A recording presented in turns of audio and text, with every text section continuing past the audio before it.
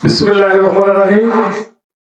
যুব সমাজ আয়োজিত নূরের মসজিদ আরো উপস্থিত আছেন আমাদের ভট্টগাঁওকে বিভিন্ন এলাকায়। আল্লাহ ও রাসূলের কথা থেকে শুরু হয়, তখন অন্য কথা আসলে মানুষের ভিতর ঢুকতে চায় না।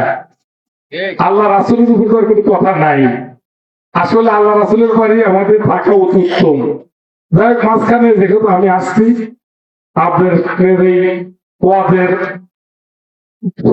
সামনে কথা বলে আপনাদের বিঘ্নিত হবে। যেরকম হুজুর ওয়াজ করলো, আসলে ওয়াজ অনেকক্ষণে শুনলাম এবং ইনশাল্লাহ ভালোই লাগলো।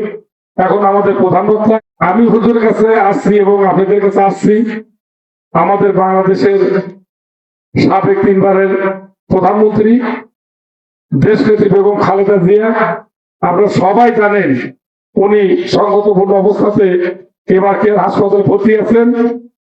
তাই আল্লাহর হস্তে আপনারা সবাই এবং আমার হুজুরের অনুরোধ করতেছি যে আমার দেশ নেত্রী বেগম খালেদা জিয়ার জন্য আল্লাহ তাআলা জানি তাকে আরোগ্য লাভ করে, সেই দোয়াতে আমার সংক্ষিপ্ত বক্তব্য শেষ করছি।